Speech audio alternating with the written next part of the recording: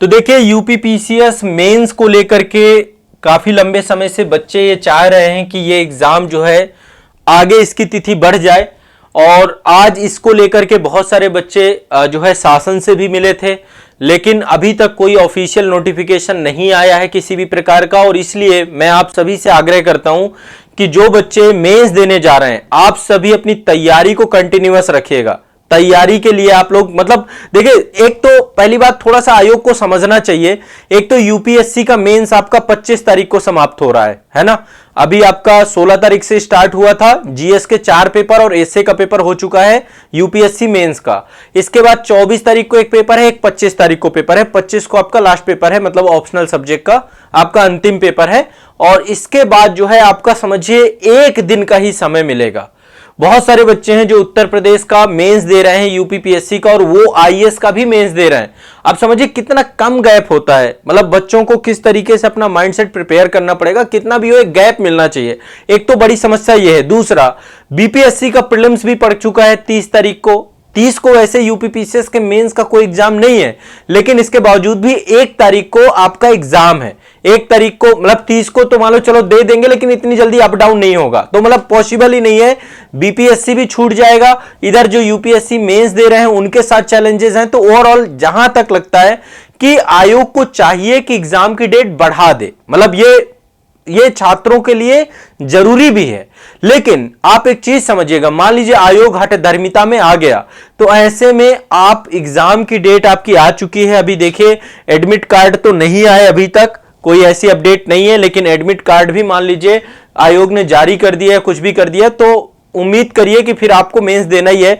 Date sheet मैंने आपको पिछले उसमें बता दी थी, 27 तारीख से मेंस है। 27 को हिंदी का पेपर था, 28 को सामान्य अध्ययन प्रथम, ये हिंदी और निबंध 2 पेपर हैं आपके 27 को, 28 को सामान्य अध्ययन प्रथम और द्वितीय प्रश्न पत्र।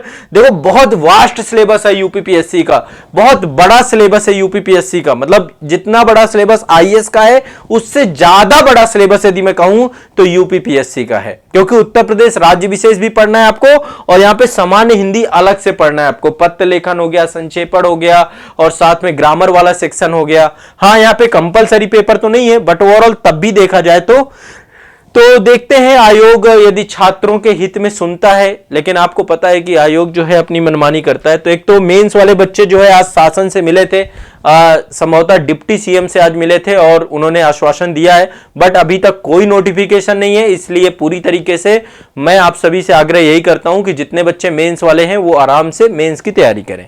पहली बात तो ये। और देखिए एक और कारण है कि अभी तक 2021 का भी रिजल्ट नहीं आया है, वो भी आपका कोर्ट का मैटर है पूरा का पूरा। तो 2021 का रिजल्ट नहीं आने के कारण भी बच्चों में बहुत सारी दुविधाएं हैं।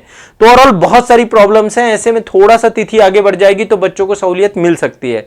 तो ऐसे में एग्जाम पोस्टपोन होना चाहिए, और इनमें से बहुत बच्चे देखो पोस्टपोन होने से मेरे को यहां जहां तक ये महसूस होता है, क्योंकि जब मैंने भी कई बार मल्टीपल टाइम मेंस दिया है यूपीपीसीएस का, तो जब एग्जाम की डेट बढ़ती है ना, तो जो सिंसियर कैंडिडेट होते हैं, जो बहुत गंभीरता पूर्वक तैयारी कर रहे होते हैं, निश्चित तौर पे उन्हें दिक्कत होती है, परेशानी होती है। लेकिन अभी जो मामला है ना वो थोड़ा सा अलग है।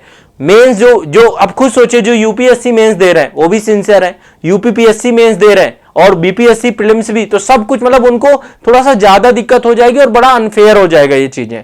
जो यूपीएससी मेंस दे रहा है, यूपीपीएससी मेंस भी दे रहा है, तो ऐसे में फिर उन बच्चों के लिए दिक्कत हो जाएगी। और एक चीज ध्यान रखिए, हमेशा आप लोगों को क्या सोचना चाहिए, एक बच्चे का हित भी सबका हित है, ये मान के चलिए आप। छात्रों को कम से कम कई मामलों में एकता रखनी होगी।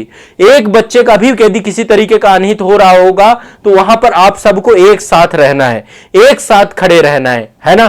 तो ऐसे में आयोग को समझना चाहिए और छात्रों के हित में एक ये डिसीजन आप आयोग को लेना चाहिए। मेरा भी यही जो है सजेशन है, बाकी देखते हैं आयोग क्या करता है।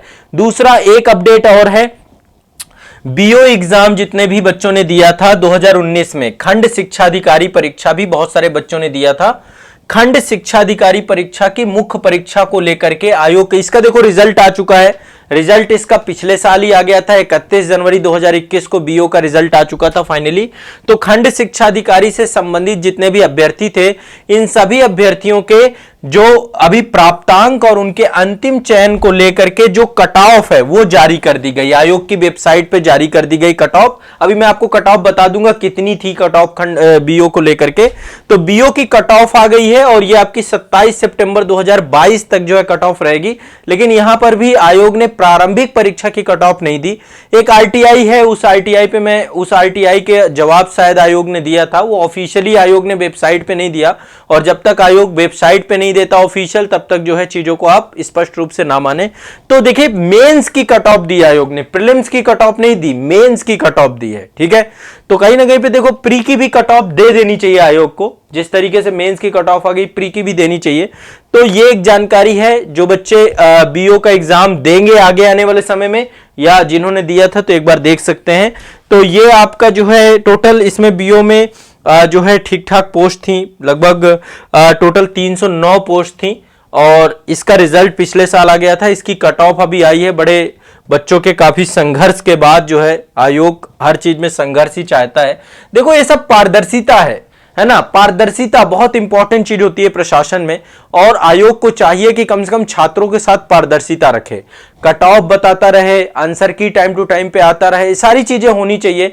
और यदि बच्चों को चाहिए कि मेंस की कॉपी भी देखना है तो वो भी दिखाता रहे। इसमें देखिए एक यहाँ पे आयोग ने क्या लिखा है, क्या लिखा है यहाँ पे आयोग ने एक नोटिफिकेशन दिया है कि इस संबंध में यह सूचित किया जाता है कि उक्त संबंध में सूचना का अधिकार अधिनियम 2005 के अंतर्गत प्रार्थना पत्र स्वीकार नहीं किए जाएंगे, है ना। यदि कोई बच्चा कहता है कि भैया हमारी कॉपी चेक करा दो, कॉपी दिखा दो, तो आयोग ने सीधा बोल दिया कि भैया हम ये बात नहीं मानेंगे। तो कहीं ना कहीं पे थोड़ा सा ये अपारदर्शिता की श्रेणी में आता है, और ऐसे में आयोग को चाहिए कि कम से कम छात्र यदि किसी तरीके से जो है पारदर्शिता चाहते हैं तो उसको सुनिश्चित कराए। ठीक है, तो ये कट ऑफ थी आपकी बीओ की। अभी अनारक्षित जो आपके अनरिजर्व जनरल कैटेगरी के लिए अधिकतम 239 अंक और 208 अंक आपके न्यूनतम गए हैं, और इसके बाद ईडब्ल्यूएस की 205 अधिकतम, 198 न्यूनतम है।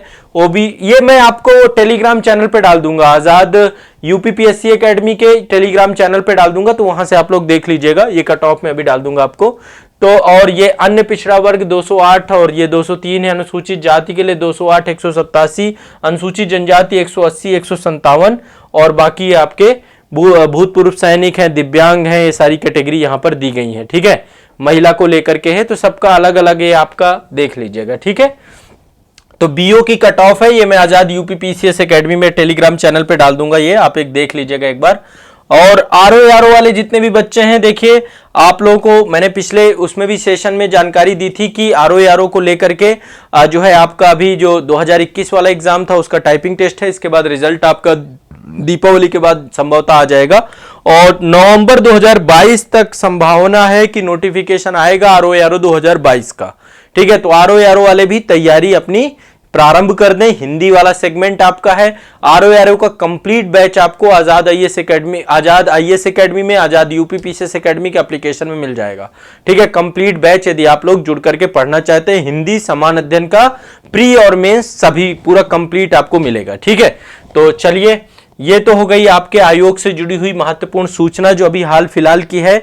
आगे यदि कोई जानकारी आप लोग चाहेंगे तो मैं निश्चित तौर पे वो जानकारी दूंगा आपको।